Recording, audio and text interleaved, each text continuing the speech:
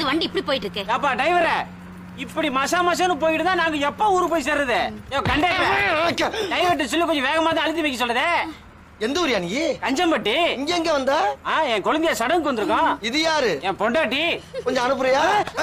ஏன்கிட்ட இல்லையா, அங்க உட்கார வைக்கிறதுக்கு அனுப்புறியா கேட்டேன். வண்டி ஸ்லோவா போறதுக்கும் என் பொண்டாட்டி அங்க போய் போறதுக்கு என்ன சம்பந்தம்? அனுப்பி பாரு எப்படி போகுதுன்னு. அப்படிங்கிற நயன்தாரா போய் உட்காரல போல பாத்துருவோம். டிரைவர் பாக்குற மாதிரி உட்கார்த்தா